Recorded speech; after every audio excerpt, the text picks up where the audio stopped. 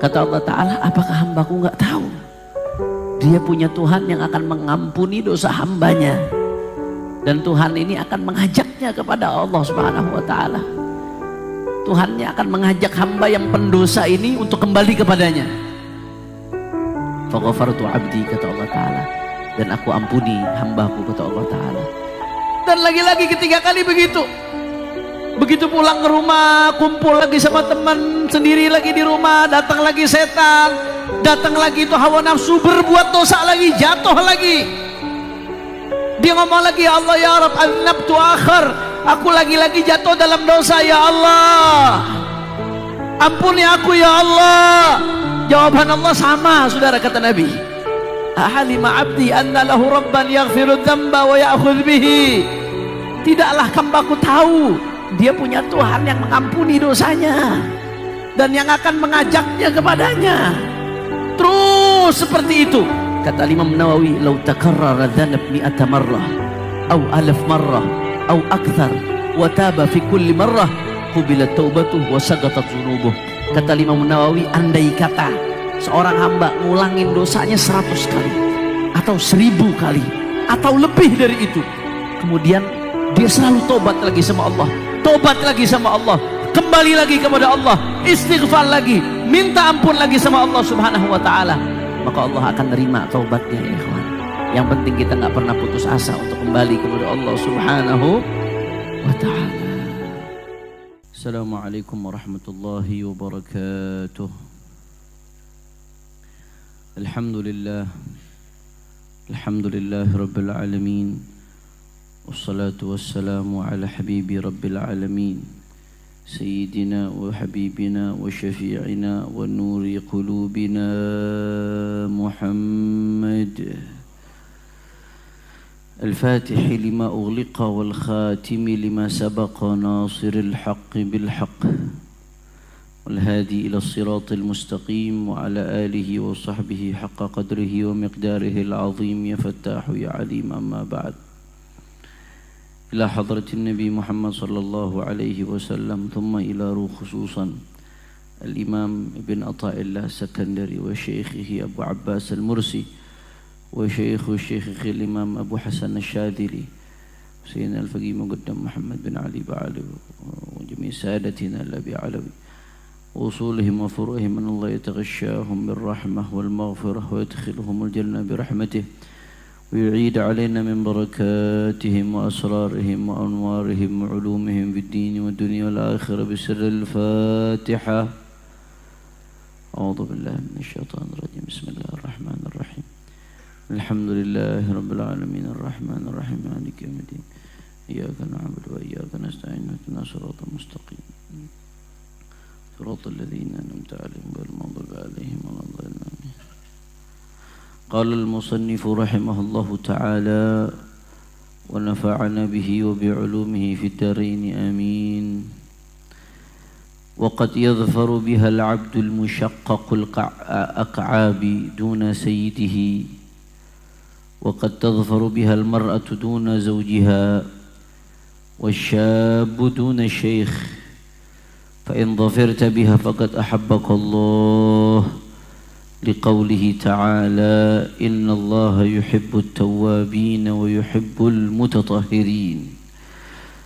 إنما يغبط بشيء من يعرف قدره، ولو بذرت الياقوت بين الدواب لكان الشعير أحب إليهم، فانظر من أي الفريقين أنت، إن تبت فأنت من المحبوبين، وإن لم تتب فأنت من الظالمين. قال الله تعالى ومن لم يتب فأولئك هم الظالمون. من تاب ظفر ومن لم يتب خسر. ولا تقطع يأسك وتقول كم أتوب وأنقض، فالمريض يرجو الحياة ما دامت فيه الروح.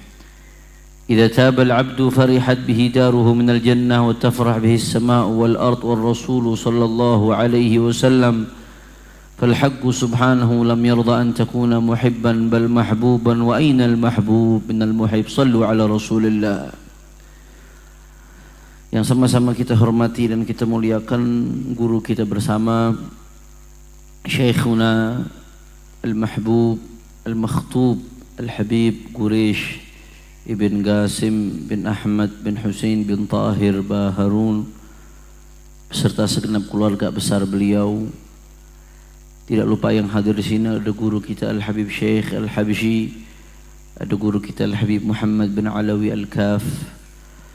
Tidak lupa pula ada Kiai Haji Muhammad Yahya, Kiai Oyo, dan semuanya para guru-guru kita, orang-orang tua kita, sesepuh kita, Haji Tamu, Haji Alfan, semuanya tidak saya sebutkan satu persatu tanpa mengurangi rasa hormat saya kepada beliau semua.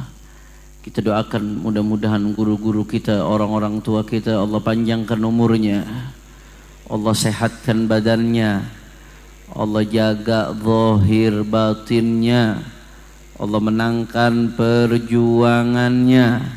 Amin ya Rabbal. Dan salam penghormatan yang paling istimewa saya hadiahkan kepada hadirin, hadirat, muslimin, muslimat, mukminin, mukminat, jamaah Jalsatul Itsnin yang kita minta sama Allah mudah-mudahan tidaklah kita keluar dari tempat ini kecuali semua dosa kita diampuni oleh Allah. Yang sakit di antara kita Allah angkat penyakitnya, penyakit zahir, penyakit batinnya. Semua yang hadir dilapangkan rezekinya, diberkahi kehidupannya. Amin ya Rabbal Alamin. Ahba'il kiram, melanjutkan kajian kitab Tajul Arus Al-Hawi li Tahdhibin Nufus karya Al-Imam Al-Habr Al-Imam Ibnu Athaillah As-Sakandari Sahibul Hikam. Setelah di pertemuan yang lalu beliau menjelaskan bagaimana pentingnya taubat, bahwasanya orang yang sebetul-betulnya kena musibah adalah orang yang tenggelam di dalam dosa, dan hati yang sudah dipenuhi dengan dosa akan menghitam dan hancur pada akhirnya manakala tidak dicuci dengan air taubat. Maka beruntunglah orang-orang yang bisa bertaubat, kata Imam Ibnu Athaillah. Wa qad yadhfar bihal 'abdul musyaqqaqul ak'ab duna sayyidihi. Orang-orang yang Allah tuntun buat taubat ini orang-orang yang beruntung. Enggak semua orang Allah pilih untuk taubat kembali kepada Allah Subhanahu wa taala. Hanya hamba-hamba pilihan Allah yang betul-betul beruntung, yang Allah ingin bahagiakan dia, yang Allah tuntun untuk bisa bertaubat. Kata Imam Ibnu Athaillah, kadang-kadang sayyidnya, tuannya nggak bisa taubat, tapi budaknya yang kakinya punya tumit pecah-pecah. Orang tuh biasanya kalau sering kerja musyaqqaqul ak'ab, tumitnya tuh biasanya pecah-pecah karena saking seringnya nggak pakai sendal, saking keringnya nginjek panas, itu sampai-sampai tumit itu kepecah. Makanya Rasulullah Shallallahu Alaihi Wasallam mengatakan wailun lil agabi minan nar, hati-hati kalau wudhu tuh tumitnya yang pecah-pecah tuh yang benar, pastikan airnya terbasuh. Nah, jangan sampai airnya itu yang tumit yang pecah-pecah itu nggak terbasuh air, akhirnya wudhunya nggak sah, naudzubillah min dalik, sholatnya nggak sah, tempatnya di neraka, naudzubillah min dalik. Nah, ini bicara soal tumit pecah, tumit yang kulitnya sudah pecah-pecah, sobek-sobek.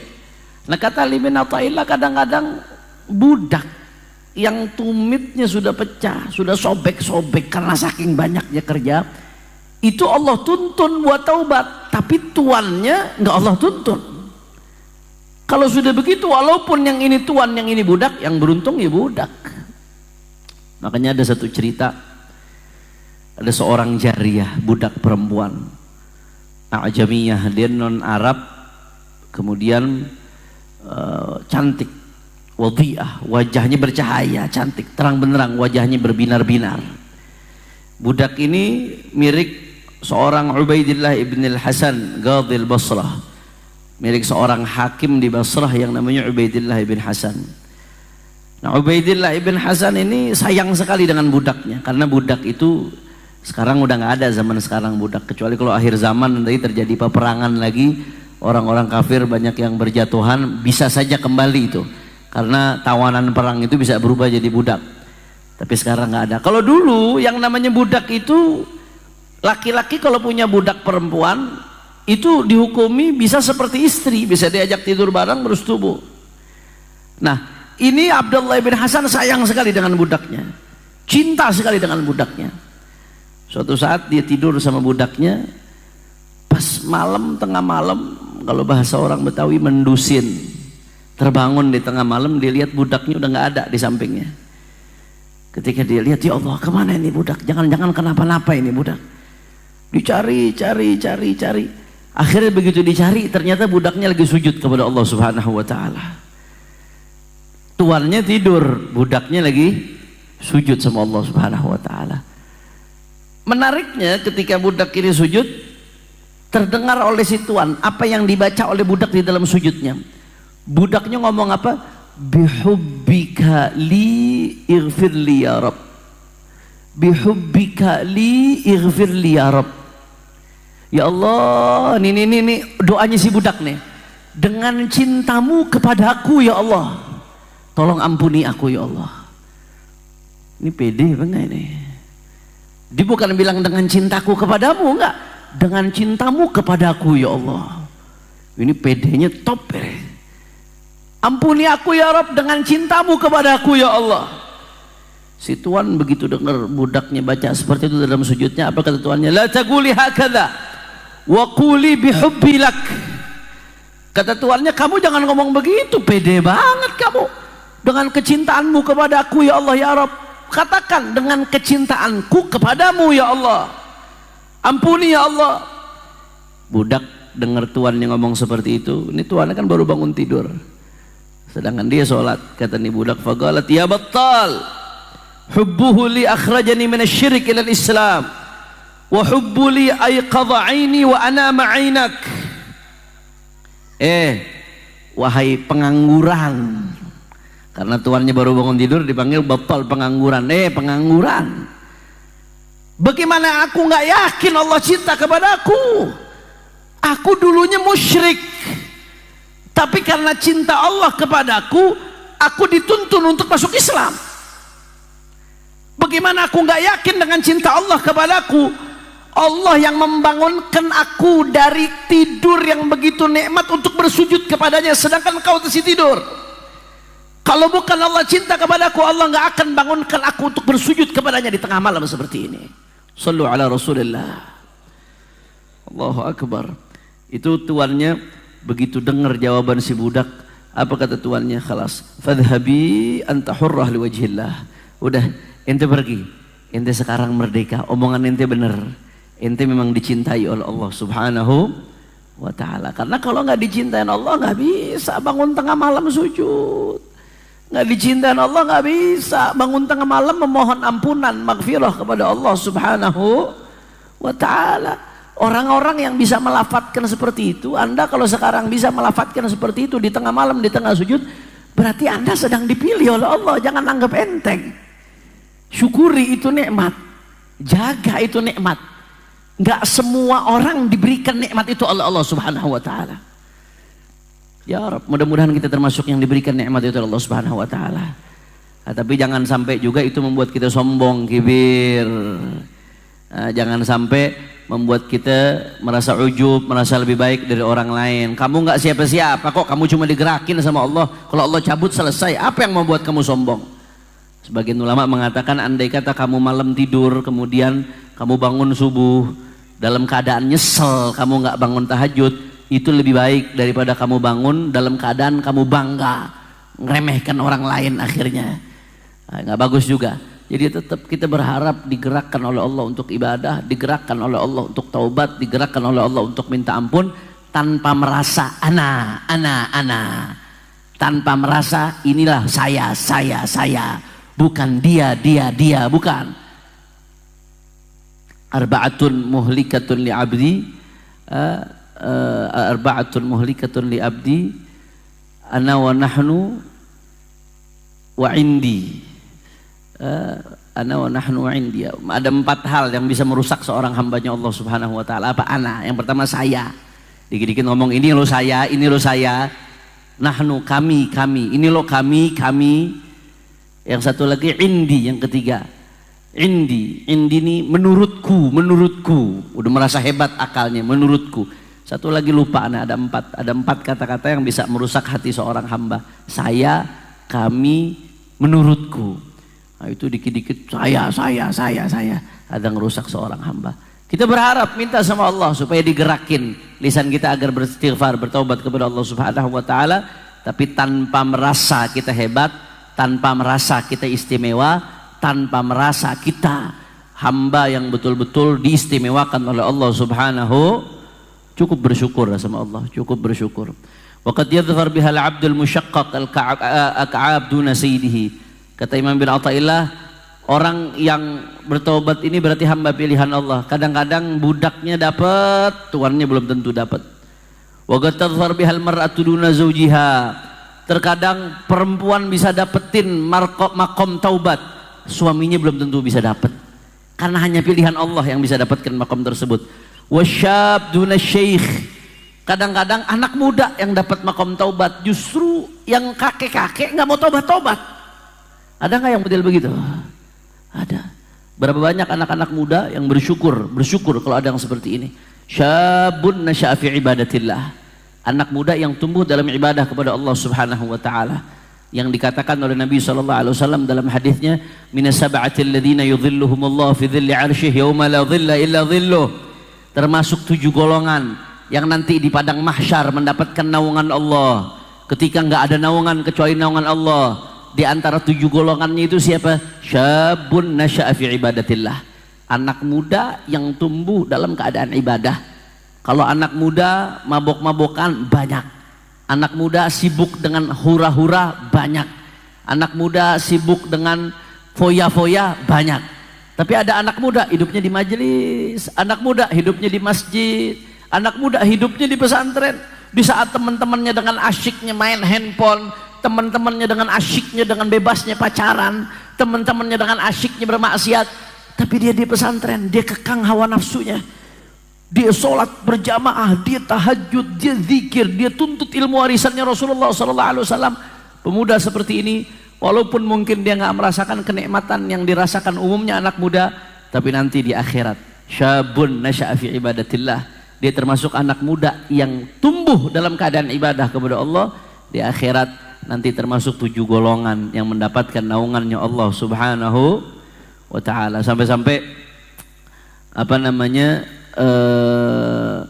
dalam hadis disebutkan, ajiba rabbuk min syabin la sabwatalah.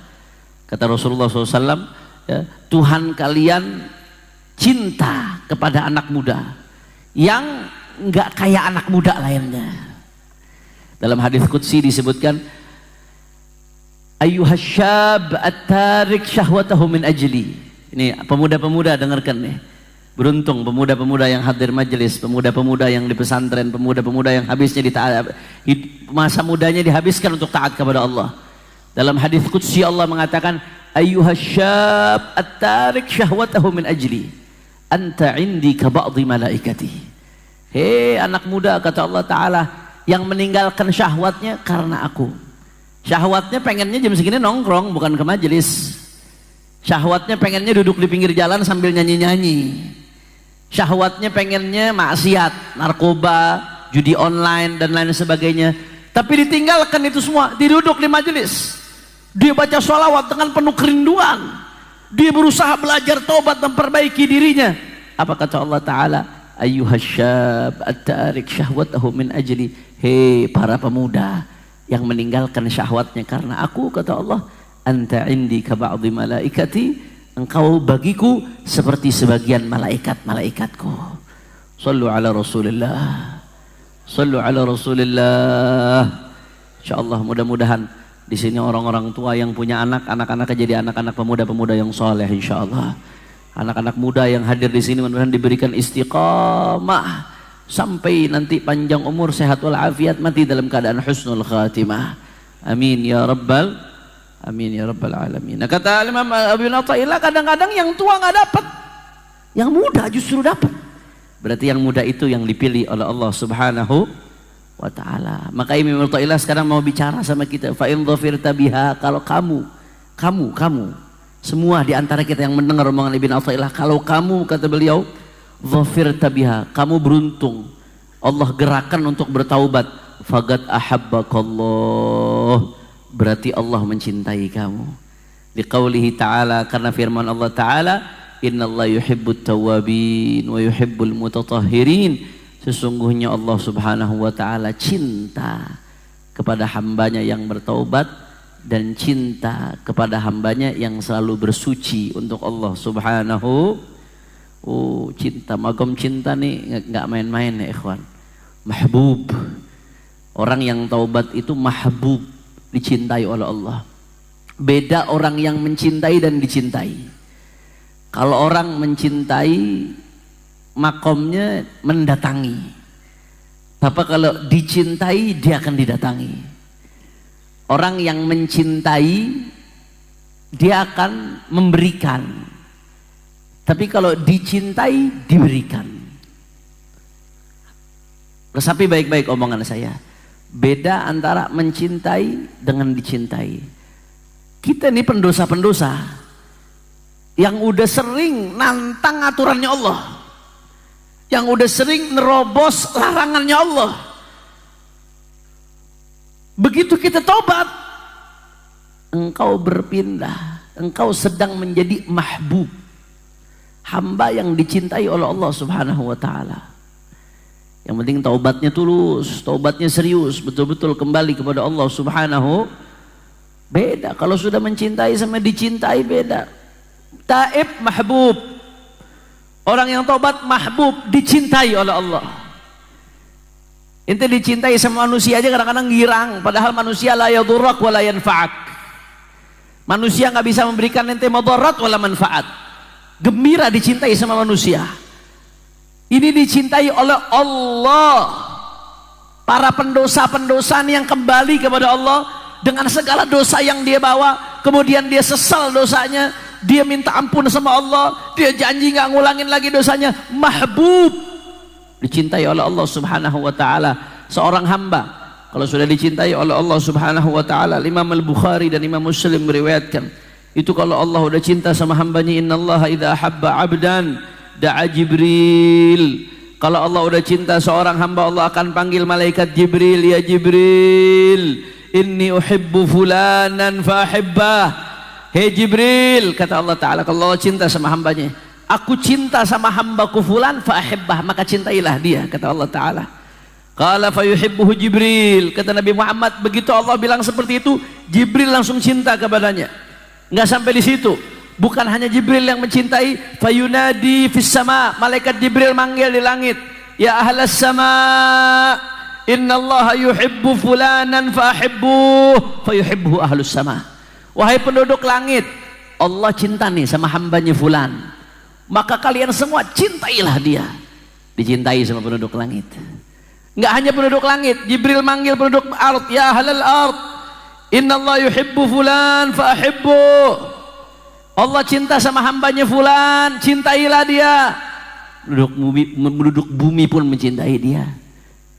Allahu akbar. Allahu akbar. Man wajadallah wajad kulla syai' wa man faqadallah faqad kulla syai'. Orang kalau udah mendapatkan Allah, mendapatkan cintanya Allah, dia udah mendapatkan segala sesuatu. Dunia seisinya lagi benci dia, nggak ada urusan. Yang penting dapat cintanya Allah. Tapi sebaliknya, man faqadallah faqada kulla syai'. Orang yang kehilangan Allah Subhanahu wa ta'ala, maka dia kehilangan segala sesuatu. Walaupun dunia seisinya bersama dia, dia punya dunia seisinya, tapi kehilangan Allah. Apa artinya dunia seisinya kalau dapat murkanya Allah Subhanahu wa ta'ala? Maka mikir-mikir. Kalau kita mau melakukan perbuatan yang bikin Allah murka, 1000 kali lagi mikir. Udah siap kehilangan Allah. Kalau masih berat buat taubat, mikir-mikir, nggak pengen dapat cintanya Allah. Kalau masih berat ninggalin maksiat yang kita lakukan nih, ada yang masih berat ninggalin judi online-nya, ada yang masih berat ninggalin pacarannya, Ada yang masih berat ninggalin makan ribanya, makan bunga bank. Ada yang masih berat ninggalin obat-obatan terlarangnya. Pikirkan baik-baik. Udah siap kehilangan Allah gara-gara itu tuh yang kamu dahulukan. Nggak pengen dapat cintanya Allah Subhanahu wa ta'ala. Ya Rabb, mudah-mudahan kita semua jadi hamba yang dicintai oleh Allah. Amin ya rabbal. Innama yaghtabitu bi syai' man ya'rif qadrah. Orang yang ghibtah ini iri dalam konteks yang positif. Itu ghibtah. Jadi ada hasad, ada ghibtah. Kalau hasad itu iri konteksnya negatif, konotasinya negatif, itu hasad disebutnya. Nah, ada orang dapat kenikmatan, hasud, pengen kenikmatan yang orang dapat itu hilang. Itu namanya hasud, konteksnya negatif. Ada ghibtah, ngiri tapi konteksnya positif. Ya Allah, sahabat saya kok bisa khusyuk ya sholatnya. Saya ghibtah, saya ngiri nih. Itu ngiri yang bagus, ghibtah namanya. Ya Allah, sahabat saya kok Allah kasih harta, dia bisa sedekah terus ya. Ya Allah ya Rabb, kapan saya bisa seperti dia biar bisa sedekah juga. Itu ngiri juga tuh. Tapi ngiri yang positif. Nah, kata Imam Ibn Athaillah, ketika kita ngelihat orang taubat, kita akan ngiri kalau kita tahu kadarnya. Betapa beruntungnya orang yang kembali kepada Allah Subhanahu wa ta'ala. Karena kita akan ngiri dengan sesuatu kalau kita tahu kadarnya. Kita akan pengen dapetin sesuatu tersebut kalau kita tahu kadarnya. Anda di sini akan tahu betapa berharganya taubat kalau Anda tahu betapa dicintai hamba yang kembali kepada Allah Subhanahu wa ta'ala. La ilaha illallah. Maka beruntung orang-orang yang mau kembali kepada Allah Subhanahu wa ta'ala. Tapi orang yang nggak tahu betapa berharganya taubat, betapa berharganya dicintai oleh Allah, dia nganggep enteng, seolah-olah nggak ada apa-apa. Yang di otak dia itu yang besar cuma dunia, yang besar cuma duit, yang besar itu cuma jabatan, yang besar itu cuma popularitas. Taubat dianggap biasa. Rahmat Allah dianggap biasa. Kata-kata dicintai oleh Allah dianggap biasa. Yang akan semangat dengar kata-kata dicintai oleh Allah untuk mengejar itu orang yang tahu kadarnya betapa dahsyatnya dicintai oleh Allah Subhanahu wa ta'ala. Maka kata Ibn Athaillah, "Lau badharta liyaqut baina ad-dawab lakana asy-sya'ir ahabba ilaihim." Orang yang nggak tahu kadar betapa dahsyatnya taubat sehingga dia nganggap enteng biasa, itu ibarat kata kita ngajak bicara dia nih, ibarat ada dawab binatang, sapi, kambing, onta. Kemudian kita punya apa namanya? Yakut ini permata. Anda mau nanya, permata mahal apa kagak? Hah? Jangankan permata, ente dilemparin permata, berebut nggak kira-kira? Kenapa berebut? Karena tahu kadar betapa berharganya permata. Jangankan dilemparin permata, Anda lihat di video ada di sini dilemparin 50 ribuan aja berebut, viral lagi videonya. Kenapa berebut ente ada permata disebar? Karena tahu kadar betapa berharganya permata. Berebut begitu permata disebarkan. Coba ente tebar permata di kandang kambing. Kira-kira peduli nggak tuh kambing? Nggak bakal peduli. Andai kata ditaruh di sini permata, di sini rumput, dia bakal milih rumput atau permata? Rumput. Kenapa? Karena kambing nggak sadar betapa dahsyatnya permata. Maka orang-orang yang ketika diajak taubat nganggep enteng, biasa aja seolah-olah nggak ada apa-apa. Diibaratin ini. Di mata dia maksiat lebih indah, padahal itu penyakit. Ketika ditawarkan permata taubat yang menjadikan kau mahbub indallah, kau anggap biasa, bosen. Habib Hanif ngomongnya taubat lagi. Kamu jangan jadi seperti binatang yang nggak tahu betapa kadar berharganya permata ya ikhwan. Sehingga kita sia-siakan permata. Maka kalau orang udah diajak tobat nggak mau, nggak usah diambil pusing. Kalau kata Habib Ahmad bin Al-Habib Ali bin Ahmad Al-Habib Ali, Habib Ahmad bin Ali bin Ahmad bin Abdullah bin Talib Al-Attas, Pekalongan, cucunya Sahibul Maqam. Waktu itu Habib Tahir Al-Kaf, Allah yarhamuh, beliau lagi sibuk dengan semangatnya dakwah, ngajak umat supaya mewaspadai satu aliran yang berbahaya di mana-mana. Karena cintanya ini almarhum Habib Tahir Al-Kaf, umat di mana-mana diajak untuk mewaspadai ada satu aliran yang berbahaya yang menyimpang dari Ahlus Sunnah wal Jamaah. Tapi Habib Tahir makin semangat dakwah itu, makin banyak yang mencibir, makin banyak yang menjelekkan. Sampai beliau capek akhirnya. Kata Habib Ahmad bin Ali bin Ahmad bin Abdullah bin Tahir Al-Attas, ya Tahir, man bagha ila jahannam khalli ila jahannam. Nggak usah diambil pusing Tahir, yang pengen ke neraka biarin ke neraka. Dikasih enak kok, dikasih mau jalan yang bagus kok nggak mau. Man bagha ila jahannam khalli ila jahannam. Yang pengen ke neraka biarin deh ke neraka, nggak usah diambil pusing. Diajak tobat, dikasih permata nih, bosen lah, nggak peduli lah, biasa aja lah seolah-olah. Hati-hati, jangan sampai kita jadi orang yang sudah buta hakikat dan tertipu dengan tipu daya dunia. Na'udzubillah min, na'udzubillah. Fanzur min ayyil fariqini anta. Ini kita sekarang masing-masing tanya kepada diri kita masing-masing. Kata Ibn Athaillah, lihatlah kamu termasuk kelompok yang mana? Yang semangat ketika diajak tobat, segera introspeksi diri, segera kembali kepada Allah, atau termasuk kelompok yang nggak peduli dengan itu semua, hanya peduli dengan kenikmatan dunia. Na'udzubillah min. In tubta, kata Ibn Athaillah, fa anta minal mahbubin. Kalau kamu betul-betul bertobat kembali kepada Allah, fa anta minal mahbubin, maka berarti engkau termasuk hamba yang dicintai oleh Allah. Wa in lam tatub fa anta minadh dhalimin. Tapi kalau kamu nggak taubat kepada Allah, maka engkau termasuk orang-orang yang zalim. Kata Ibn Athaillah. Qala Allah Ta'ala, wa man lam yatub fa ulaika humudz zalimun. Allah Ta'ala mengatakan dalam Al-Quran, wa man lam yatub, siapa yang nggak taubat, fa ulaika humudz zalimun, maka mereka termasuk orang-orang yang zalim. Jadi orang yang zalim itu nggak melulu orang yang merampas hak orang lain, itu zalim. Bukan melulu orang yang menindas orang lain, yaitu zalim. Tapi termasuk zalim juga ketika kita maksiat. Kenapa? Kita ketika maksiat kita ngezalimin diri kita sendiri. Berarti kita sedang menyodorkan diri kita untuk dibakar di api neraka. Kalau di dunia orang yang diri kita ini punya hak. Kita punya hak untuk istirahat tidur. Kita paksa kita nggak mau tidur, sama sekali nggak tidur. Ente ngezalimin badan ente. Ente diri ente punya hak untuk makan. Rasulullah aja makan. Asyraful khalqillah. Terus ente mau, wah ente ngezalimin, anda nggak mau makan, anda mau tirakat, sama sekali anda nggak mau makan seminggu. Sampai ente sakit akhirnya, ente ngezalimin diri ente. Diri ente punya hak untuk merasakan syahwat yang halal sama istrinya. Kemudian ente menolak untuk itu dengan alasan ini dan itu, ente ngezalimin diri ente dan ngezalimin istri ente.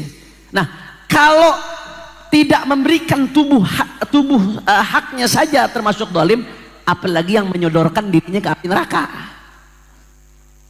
Ente ketika maksiat, ente nyodorkan diri ente ke api neraka, mempersilahkan tubuhmu untuk dibakar di api neraka. Orang yang menzalimi tubuhnya saja, menyakiti tubuhnya saja di dunia, itu zalim, apalagi yang menyodorkan dirinya ke api neraka. Na'udzubillah min dzalik.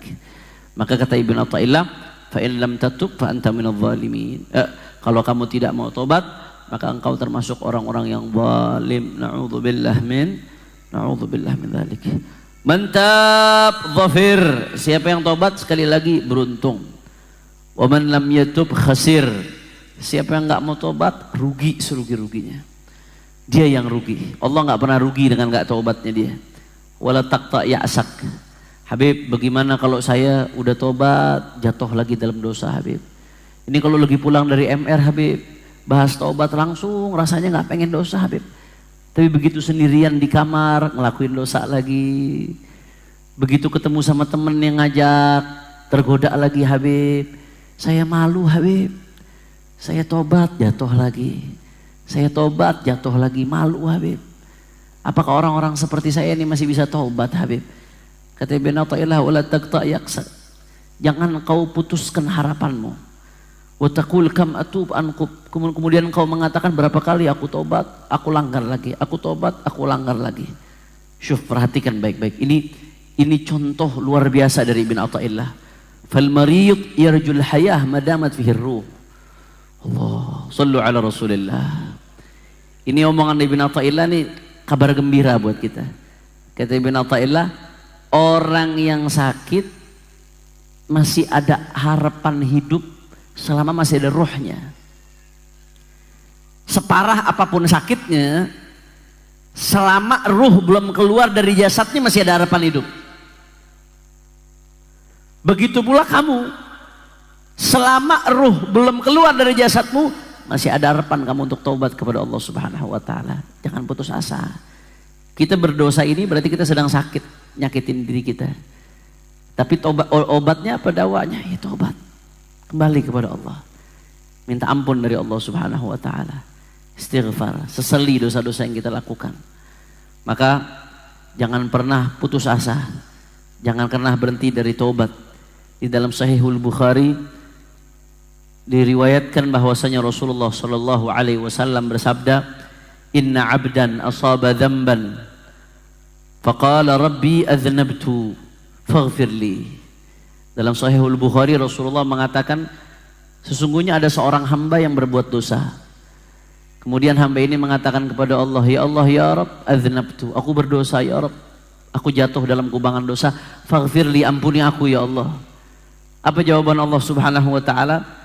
"A'alima 'abdi anna lahu rabban yaghfiru dzamba wa ya'khudh bihi."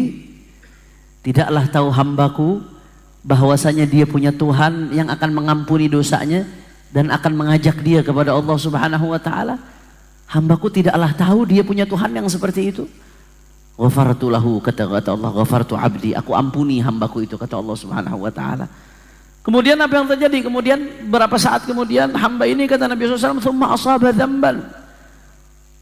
Faqala rabbi adznabtu akhar faghfirhu li." Enggak lama kemudian jatuh lagi dalam dosa. Karena memang setan enggak berhenti ngegoda hambanya. Allah. Hawa nafsu enggak berhenti ngegoda dia supaya berdosa. Setelah enggak itu enggak lama kemudian ini kejadian kasus ini kita semua yang ngalamin. Ini yang Nabi ceritakan ini kita ya ikhwan. Enggak lama dia jatuh lagi dalam dosa. Kemudian dia mengatakan, "Ya Allah, ya Rabbi faghfirli, ampuni dosaku ya Allah." Apa kata Allah lagi-lagi? "A'alima 'abdi anna lahu rabban yaghfiru dzamba wa ya'khudh bihi." Kata Allah Ta'ala, apakah hambaku enggak tahu dia punya Tuhan yang akan mengampuni dosa hambanya, dan Tuhan ini akan mengajaknya kepada Allah Subhanahu wa taala. Tuhannya akan mengajak hamba yang pendosa ini untuk kembali kepadanya. Faghafartu 'abdi, kata Allah Ta'ala, dan aku ampuni hambaku, kata Allah Ta'ala. Dan lagi-lagi ketiga kali begitu. Begitu pulang ke rumah, kumpul lagi sama teman, sendiri lagi di rumah, datang lagi setan, datang lagi itu hawa nafsu, berbuat dosa lagi, jatuh lagi. Dia ngomong lagi, "Ya Allah, ya Rabb, adznabtu akhar, aku lagi-lagi jatuh dalam dosa ya Allah, ampuni aku ya Allah." Jawaban Allah sama, saudara, kata Nabi. "Ahalima 'abdi anna lahu rabban yaghfiru dzamba wa ya'khudh bihi." Tidaklah hambaku tahu dia punya Tuhan yang mengampuni dosanya dan yang akan mengajaknya kepadanya. Terus seperti itu. Kata Imam Nawawi, "Lau takarrara dzanab mi'ata marrah au alaf marrah au akthar wa taba fi kulli marrah qubilat taubatuh wa sagatat dzunubuh."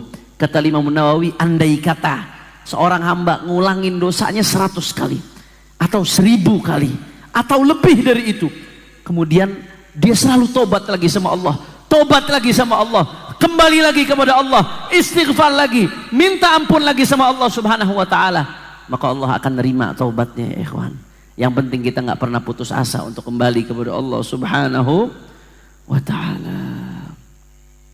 Bahkan dalam hadis lain, hadis qudsi diriwayatkan Imam Tirmidzi, Allah Taala mengatakan, ini hadis qudsi, hadis tapi omongannya Allah Subhanahu wa taala, firmannya Allah. Apa kata Allah? "Ya bani Adam, innaka ma da'autani wa rajautani ghafartu lak ala ma kana fik wala ubali." Wala ubali, kata Allah. Wahai hambaku, wahai anak Adam, kata Allah Ta'ala. Ini nih Allah lagi ngajak kita semua bicara. Ini firman Allah untuk pendosa-pendosa seperti kita, yang selalu tunduk sama hawa nafsu, yang selalu kalah dengan godaan setan, yang pengen berubah tapi jatuh lagi, pengen jadi orang baik tapi jatuh lagi, pengen betul-betul gak ngulangin dosa tapi jatuh lagi. Apa kata Allah Ta'ala? Ya bena Adam, wahai anak Adam, innaka ma da'autani wa rajautani, selama engkau meminta kepadaku, selama engkau berharap kepadaku, kata Allah Ta'ala, ghafartu laka ala ma kana fik wa la ubali, aku akan ampuni engkau wahai anak Adam atas apapun yang ada pada dirimu, wala ubali, dan aku nggak peduli, kata Allah Subhanahu wa Ta'ala. Ya bena Adam, wahai anak Adam, kata Allah, lau balagta dhunubaka ananas sama' thumma astaghfartani ghafartu lak wala ubali. Wahai anak Adam yang seperti kita ini, yang dosanya sudah terlampau banyak, andai kata dosamu ini sampai kepada langit tingginya saking banyaknya. Ananas sama itu dalam bahasa Arab langit yang terlihat mata kita. Kita kalau melihat pandangan mata kita paling ujung tuh langit yang paling jauh, itu ananus sama, karena di atasnya masih ada langit yang kita nggak lihat. Kata Allah Ta'ala dalam hadis qudsi, wahai hambaku, lau balagat dzunubuka ananas sama, andai kata dosamu saking tingginya saking banyaknya ditumpuk-tumpuk sampai kepada langit, kemudian kau datang kepadaku, kau minta ampun kepadaku, kata Allah Ta'ala, ghafartuk wala ubali, aku akan ampuni engkau dan aku nggak peduli, kata Allah Subhanahu wa Ta'ala. Ya bena Adam, Allah mengatakan, wahai anak Adam, lau ataitani biqirabil ardi khataya thumma laqitani la tusyrik bi syai'an la ataituka biqirabiha maghfiratan. Wahai anak Adam, andai kata engkau datang kepadaku dengan dosa yang memenuhi seluruh bumi, dosamu saking banyaknya kau bawa dosa seluruh bumi, kemudian engkau datang kepadaku, selama engkau tidak menyekutukanku, kata Allah Subhanahu wa Ta'ala, maka aku akan memberikanmu ampunan seisi seluruh bumi, kata Allah Subhanahu wa Ta'ala, wala ubali, dan aku nggak peduli, kata Allah Subhanahu wa Ta'ala. Maka ya Allah ya Rabb, ya Allah ya Rabb, ya Allah ya Rabb, kalau Allah mau ampuni kita di detik ini, Allah maha mampu, saudara. Andai kata sabda Allah ini, firman Allah ini mau terjadi pada diri kita saat ini, maka Allah maha mampu. Ya Allah ya Rabb, ya Allah ya Rabb, kami yang penuh dosa ya Rabb, kami yang penuh kemunafikan ya Allah, kami yang kalau hadir di majelis ya Allah ya Rabb seolah-olah seperti orang baik ya Allah, seolah-olah seperti orang saleh ya Allah, tapi ketika kami sendiri kami seperti syaitan ya Rabb, kami munafik ya Rabb, seolah-olah seperti orang munafik ya Rabb. Kami datang kemari, kami bertobat kembali kepadamu ya Allah. Ampuni dosa-dosa kami ya Allah, ampuni dosa-dosa kami ya Allah. Kami lelah dengan maksiat ya Allah, kami capek ya Rabb dengan maksiat ya Rabb. Kami ingin jadi orang baik ya Rabb, kami ingin jadi hamba yang kau cinta ya Rabb. Kami ingin merasakan nikmatnya salat ya Allah, kami akan merasakan nikmatnya zikir ya Allah, kami ingin merasakan nikmatnya munajat kepadamu ya Allah, kami ingin merasakan nikmatnya sujud kepadamu ya Allah. Maka terimalah taubat kami ya Allah, ya Allah, oh ya Allah, ya Allah, ya Allah, ya Allah, ya Allah, ya Allah, ya Allah.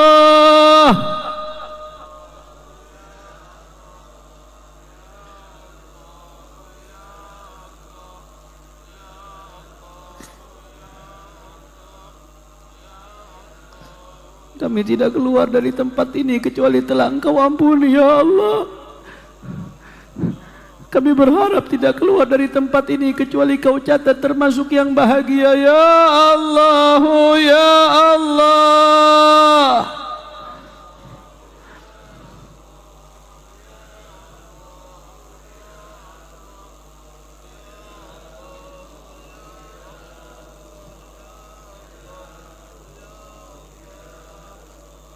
Ya Allah, ya Allah.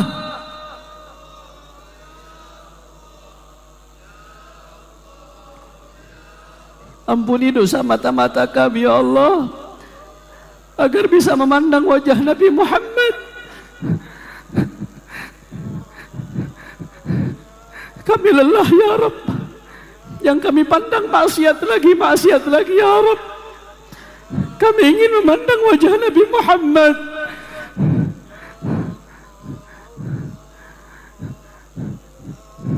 Ampuni lisan kami ya Allah, agar bisa merasakan nikmatnya zikir kepadamu ya Allah, merasakan nikmatnya munajat kepadamu ya Allah.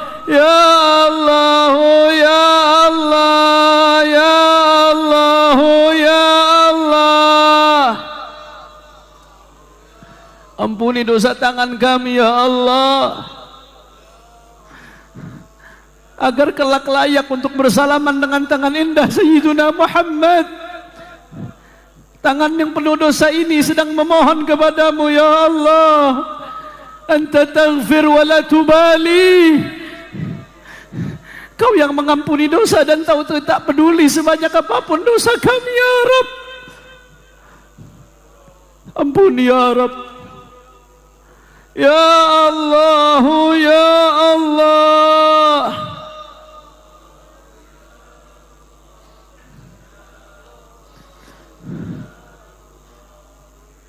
Begitu pula dosa orang tua kami, dosa anak-anak kami ya Rabb. Kumpulkan kami semua di surgamu ya Allah, bersama Habibana Muhammad ya Rabbal Alamin wa ya Akramal Akramin.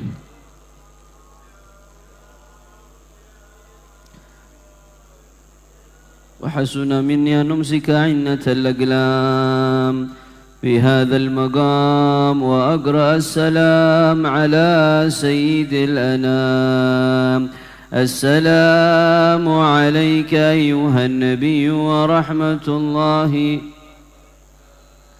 السلام عليك أيها النبي ورحمة الله وبركاته.